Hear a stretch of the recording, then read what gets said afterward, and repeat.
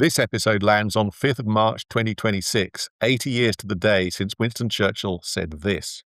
From Stettin in the Baltic to Trieste in the Adriatic, an iron curtain has descended across the continent.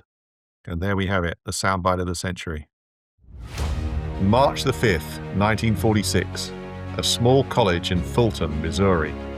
Winston Churchill rises to make one of the most important speeches of the 20th century.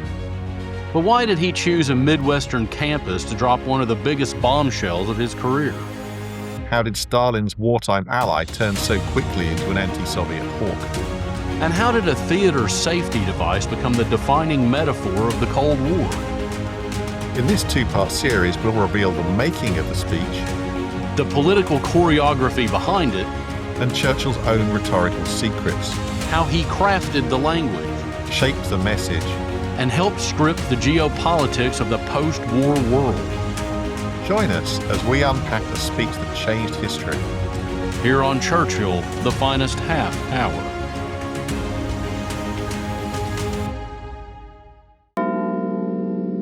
I'm Dr. Warren Doctor, and with me as always, my partner in crime, Professor Richard Toye, here on Churchill's The Finest Half Hour. Where history and banter collide.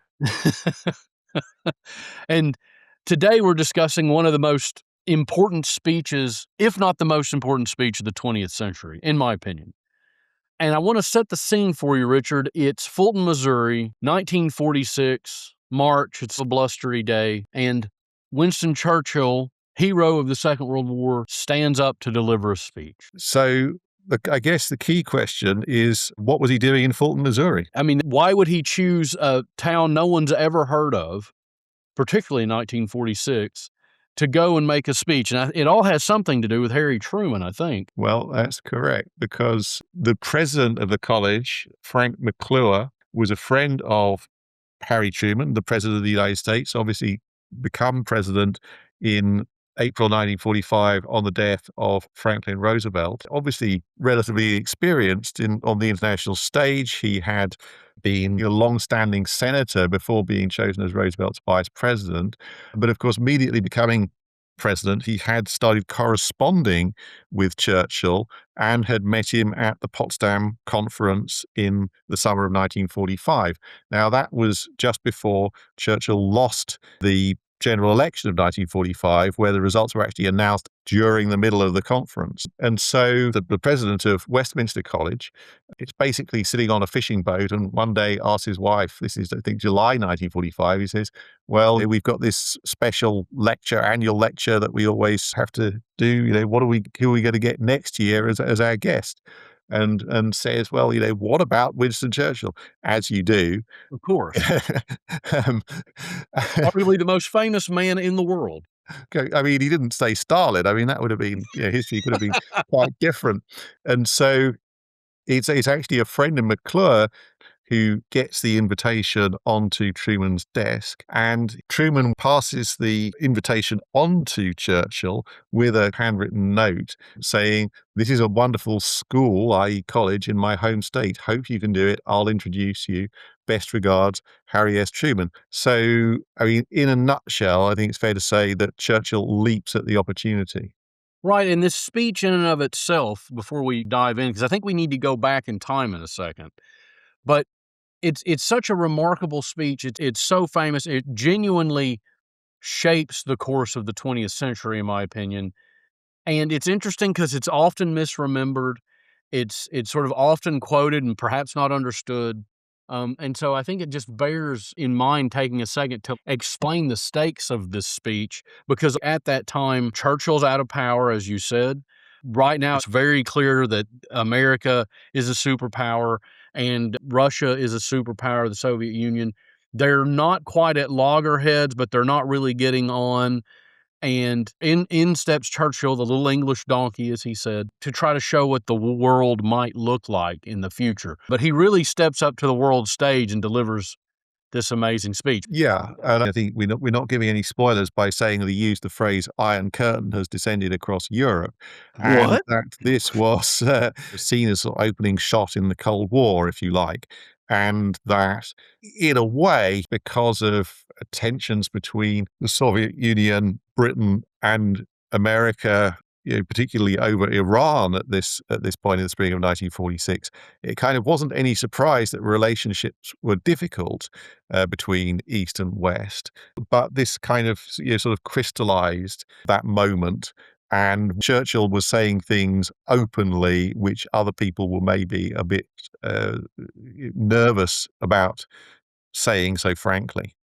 But to understand how he conceptualizes the Iron Curtain, and not just the Iron Curtain, but also the special relationship, setting the seeds for potentially a United States of Europe, all of these ideas are contained in this speech. But in order to understand this worldview, I do think we got to time travel and get in what I call the Wayback Machine with Mr. Peabody, who's silently played by my father in this episode. So I want to give him a shout out.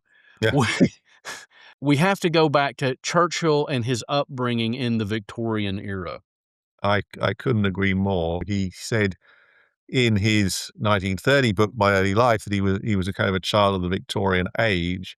And I think that we have to think not only about sort of the Soviet Union, but also sort of Russia as Churchill had understood it prior to 1917, during the late Victorian period, and indeed sort of the Edwardian period and the start of World War One.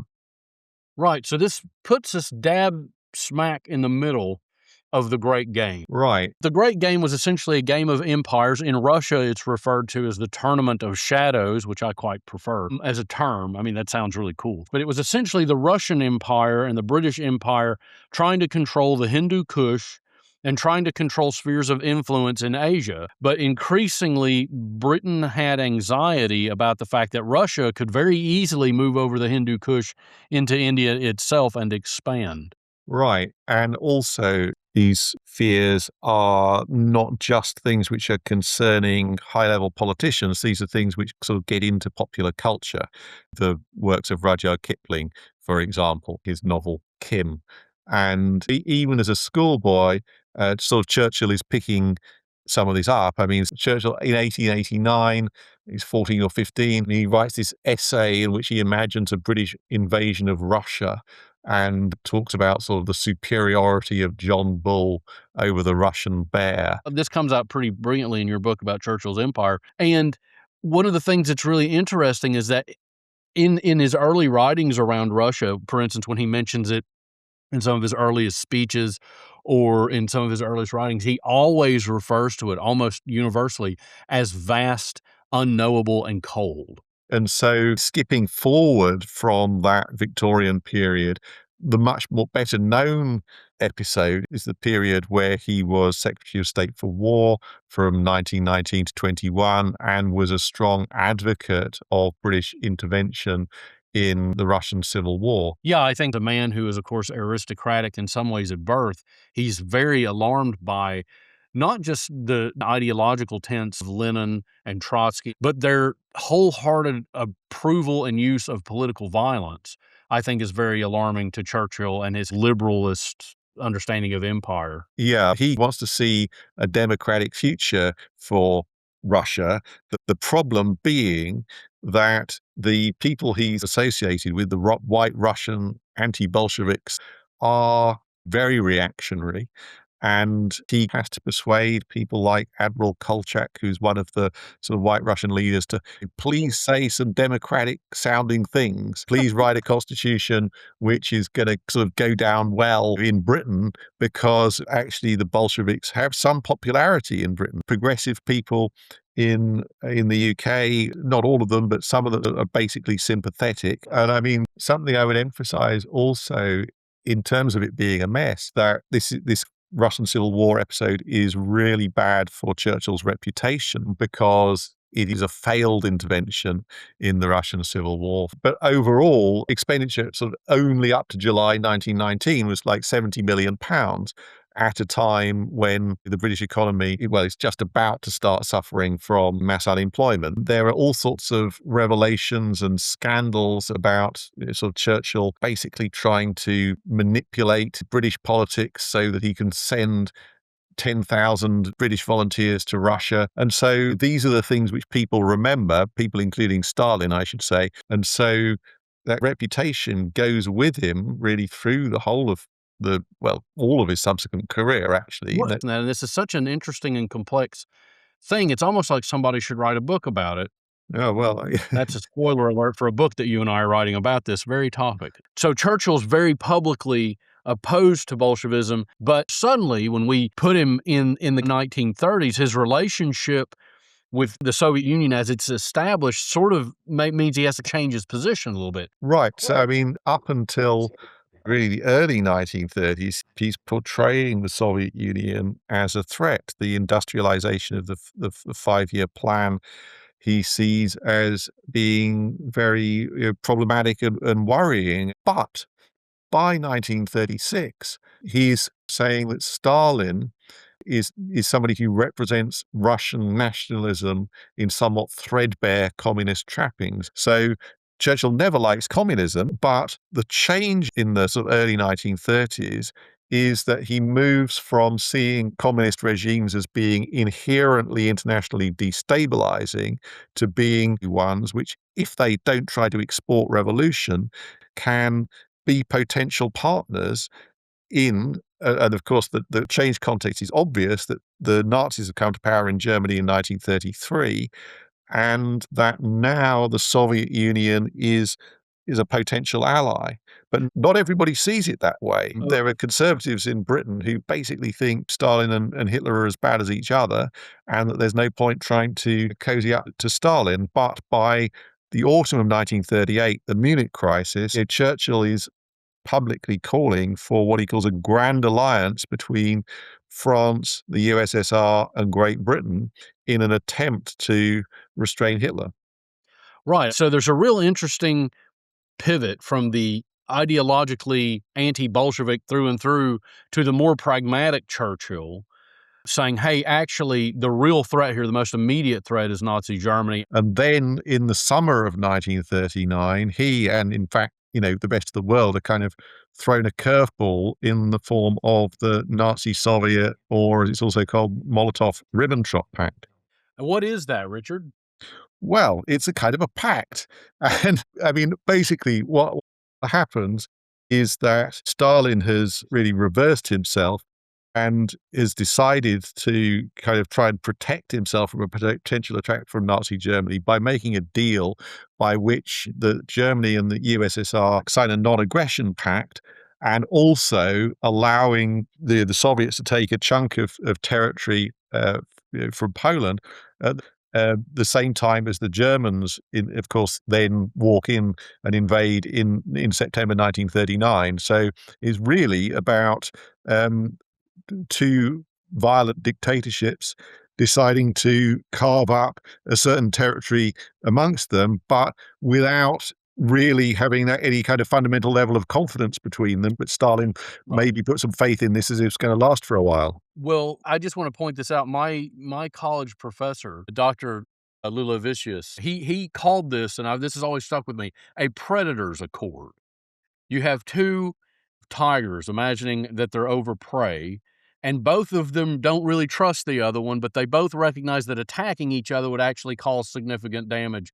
Well, I mean, it's interesting, of course, that, although we maybe didn't see it in absolute every detail, that Churchill gave a broadcast in October 1939 where he says that he describes the attitude of Russia as a mystery wrapped inside a riddle, inside an enigma. But then he actually goes on to say, well, sort of the solution to the riddle is the Russian national interest. And so he's kind of at that point flagging that the Nazi-Soviet pact may not last forever. Of course, he did also try to warn Stalin, in pretty explicit terms, in the sort of late spring and early summer of 1941, that the German troops were massing and were ready to attack, but Stalin didn't listen. Right, and Stalin sort of famously was sort of shocked when this happened, and he shouldn't have been. Hitler very clearly is a wolf with sheep's clothing on, and Stalin should have seen that coming, I think. Yes, indeed, really without the sheep's clothing, just just basically a wolf. Really. And so, on the 22nd of June, 1941, Germany invades the Soviet Union. Churchill very quickly makes a broadcast the next evening, essentially making sure that Britain is going to be kind of lined up with the Soviet Union, not allowing any time for sort of other ministers to sort of chip in or have much discussion. And so that sets the pattern for the alliance, which of course then follows. It takes obviously a few weeks until that's formally signed, but nevertheless, the Soviet Union and Britain are now on the same side.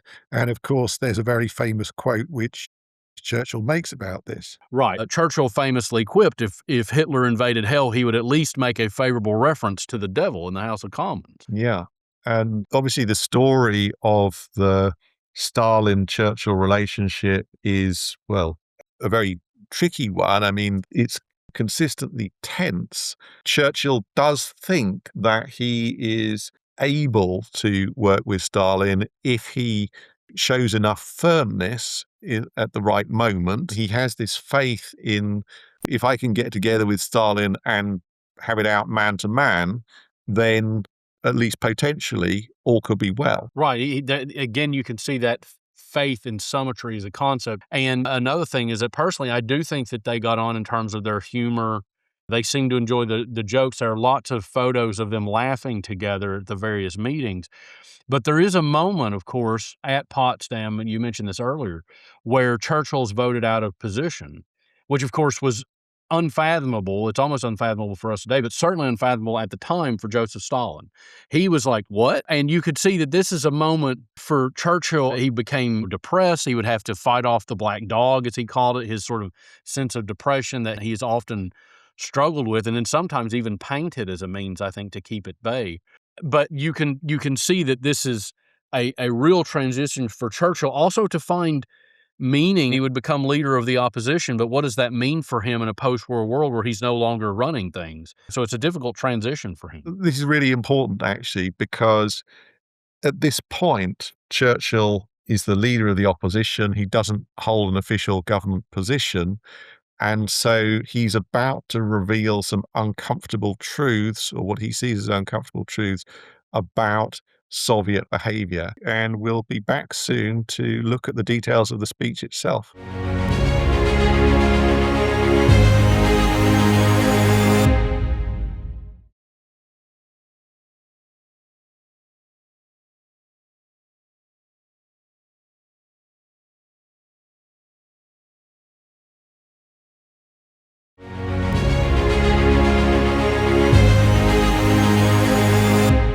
Welcome back to Churchill, the finest half hour.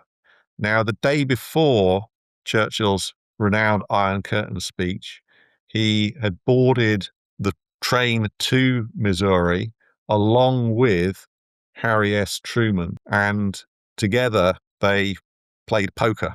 And I don't think Churchill was particularly good at poker. He was a bridge player, I think. I wouldn't really fancy my chances against Harry Truman at any rate. And so the fact is that Churchill actually shows Truman the speech. So Truman really knew what was in it. Truman didn't say that later, right? Truman claimed he didn't know that. Right. Exactly. So he was like, well, yeah, I was sitting next to him on the platform and clapping away, but I had no idea what he was going to say.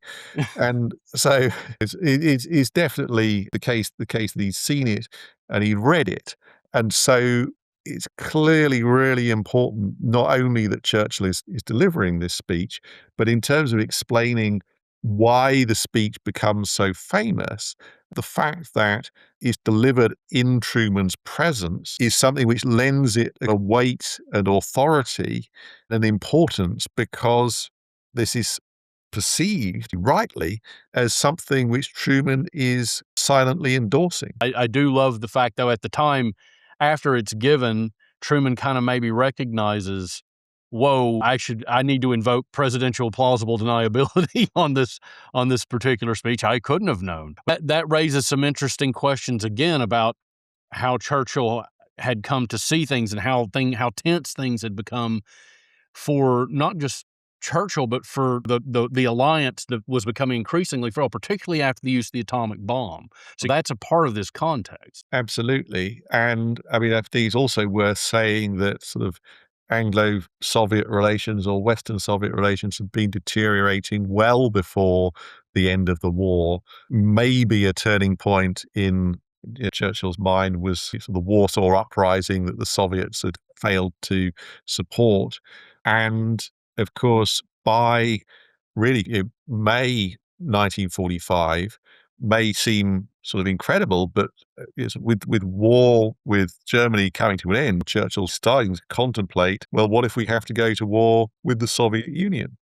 Right, which was known as Operation Unthinkable. Absolutely. And so, I mean, essentially, his military advisors very quickly tell him, we can't do this. We do not have the resources. That's not a political decision. It's just the sort of the facts of what would be available to fight this kind of much larger army at a point where, of course, the British army is already naturally exhausted. But I mean, I guess that it's the double nature of Churchill's relationship with the Soviet Union, which is that sort of at exactly the same time that he's sort of drawing up this plan, getting his planners to look at it, he's cabling Stalin and saying, hey, let's make sure we can all work together and sort of stride prosperously and happily into the post-war world, which you can see as a sort of desperate throw of the dice, I suppose, at a time when things are going badly. But I mean, all this sets the stage, right, for him being on stage in Fulton. Well, and it's interesting you should say stage, because we could talk about this term Iron Curtain.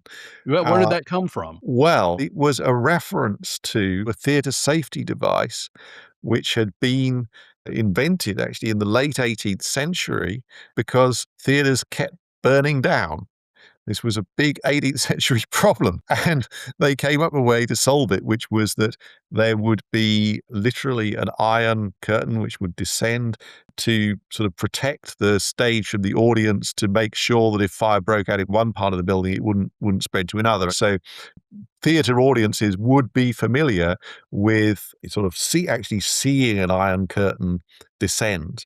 And again, Churchill is not the first person to use this metaphor by any means. His friend H.G. Wells, the novelist, uses it in a rather different context in a novel in 1904. It does then get used in a geopolitical context. Ethel Snowden, for example, is a woman wife of a politician who visits the Soviet Union in 1920 and writes in her book about it. At last, there we were behind the Iron Curtain. So it's not new, but of course, everybody is familiar with the idea of a sort of iron curtain in a theatre. So, I mean, to him, this maybe was, he'd used the phrase before, it should be said. He'd used it in a telegram to Truman in 1945. He'd said it in the House of Commons in the summer of 1945. Nobody, when he said it in the House of Commons, actually batted an eyelid. It got reported in the press like the contents of most of his speeches did, but it wasn't like Churchill says that there's an Iron Curtain, which again is a very big contrast with 1946. Actually, the headline writers didn't particularly focus on Iron Curtain. That wasn't the title of the speech. The title of the speech is The Sinews of Peace. And I have a story about this. I was at a pub quiz inside the American Embassy in about 2015. And I was on a team and we were losing, and then we started winning. And the bonus question, which we had bet everything on, was how long did it take Churchill to give the Sinews of Peace speech? And of course, everyone on the team's like, oh, Warren's a Churchill scholar. He'll know this. I had no idea what it was at the time, but I tell you what, I won't forget it now. Yeah. And so I'm going to ask you how long you think it took him to give it. I'm going to say 40 minutes because it was 5,000 words. 43 minutes. 43 minutes. There we are. And I think I guessed 47, and I went over, and so I was disqualified, and we lost, and I was asked to leave and never return. Well, within 4 minutes, I mean, I think that's pretty good, really. So, I mean, let's talk a little bit about how he wrote it and how he wrote speeches in general. We've talked about his method before, where he would often dictate his speeches aloud, and then it would be, of course, typed up, and then he would type them on these little cards where it was written in a verse so that he would know which emotional points to hit. So it's almost like he would incorporate beats into his writing up, which I think is really cool. And so we'll maybe flag an upcoming bonus episode with Tim Riley the curator of the National Churchill Museum, who made a really interesting point, I thought, which is that Churchill didn't just show up, head straight to Fulton, go back to the UK. He was actually there for months in the United States.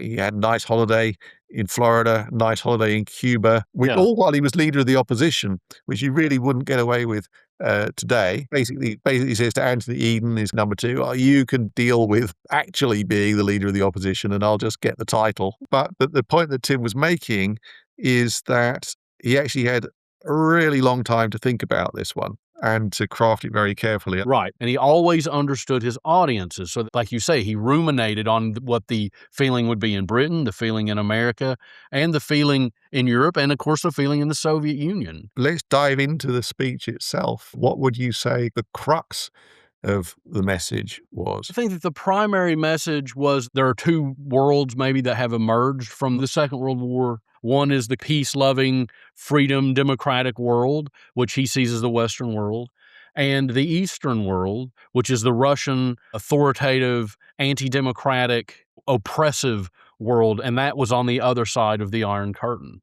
And he uses this demarcation. Now, in my opinion, there are two other messages that are sort of sub-messages in that's the overarching theme, but that the Western world would need to be a united front. And in doing so, the British Empire, or the old world as he imagined it, would have to ally with the new. So he imagined a special relationship.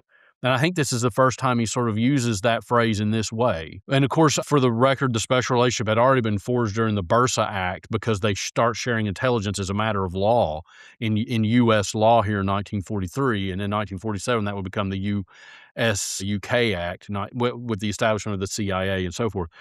But he talks about the special relationship so that the West is united. The other idea, which is also about the West, it talks about Europe coming together to form a bulwark against this Iron Curtain, this encroaching anti-democratic force in the Soviet Union. But it very much creates a demarcation of how the world was seen and would be lived in. Okay, maybe for the listeners, we should remind them of one of the key quotes in the speech, which is 2/3 of the way through this 46 minutes or whatever it is. A shadow has fallen upon the scene so lately lighted by the Allied victory. And I think that shadow phrase is something which actually quite a lot of people pick up at the time, gets forgotten subsequently. He says, nobody knows what Soviet Russia and its communist international organization intends to do in the immediate future. Then the key line, from Stettin in the Baltic to Trieste in the Adriatic, an iron curtain has descended across the continent. He goes on to say that behind this iron curtain lie the capitals of the ancient states, always Churchillian. Everything's not just old, it's going to be ancient, right? He lists them: Warsaw, Berlin, Prague, Vienna, Budapest, Belgrade, Bucharest, and Sofia.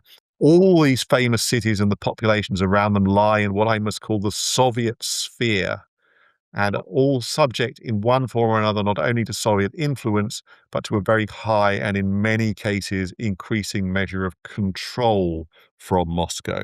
So that's obviously the central message. But as you say, the other part is the argument that an Anglo-American special relationship, he does use that term, or what he also calls the fraternal association of the English-speaking peoples, these are the remedies. So he's not saying, oh, there's going to be a war, it's terrible. He's saying there is something we can do to prevent things getting worse. And perhaps more importantly, he says, I repulse the idea that a new war is inevitable, still more that it is imminent, right? Right. So he's actually giving the opposite of what a lot of people would think the message of the speech was here. I do not believe that Soviet Russia desires war. Okay. What they desire is the fruits of war. So now he's going back towards his core message and the indefinite expansion of their power and doctrines. And then he says what is needed is a settlement, and the longer this is delayed, the more difficult it will be and the greater our dangers will be. And so I think that's fundamental, because he's saying we can do a deal. It's not like everything's terrible. He's not saying that the only solution to this is to overthrow the regimes of Eastern Europe and the Stalinist regime. He's not saying that at all. He's saying that we need to talk tough to these guys, but we need to be realistic, and we can find a settlement on all the points as long as we, first of all, exercise sufficient willpower, but also if the key powers, sort of Britain and the United States, together with the British Empire, or Commonwealth as he calls it, because empire is going to rub the Americans up the wrong way, as long as they stand firm and work together. So that's an absolutely key message. Right, absolutely. I mean, without a doubt, standing firm and everyone in the fraternity of English-speaking peoples united, I think, is the key message there. And it more or less outlines how the world's going to evolve in the post-war order. I mean, it's very clairvoyant in that way, I think. And maybe the last point to comment on is that there was an assumption here which was based on the fact that at this stage, America still had a monopoly on the atomic bomb. And Yeah. therefore, without actually saying we should achieve this understanding by threatening Stalin with nuclear weapons, that is sort of the unspoken part of the message, I think. And by saying, well, it'll get more difficult as long as the further things go, he's saying obliquely, they're going to get atomic weapons eventually. We're not fooling ourselves that this monopoly is going to last forever. And so we need to act now, and we need to sort of wield this big stick. Right. There's a through line of urgency in what he's saying. And I would encourage our listeners to actually go read the speech in its entirety and deconstruct it in your mind to see that there's a lot contained in it, but that the common miscalculation or misunderstanding of this speech is that, oh, there's a war coming and we got to be ready against the Soviets, is not the message. The message is we can work with these people, but we have to be united in doing that. Winston Churchill has tackled the future of Europe head on. But how will the two superpowers react? And what about the public response in America and Britain when memories of the wartime alliance with the Soviet Union are still fresh? Join us to discuss the immediate impact and enduring legacy of the Iron Curtain speech next time here on Churchill, the Finest Half Hour. And in the meantime, KBO.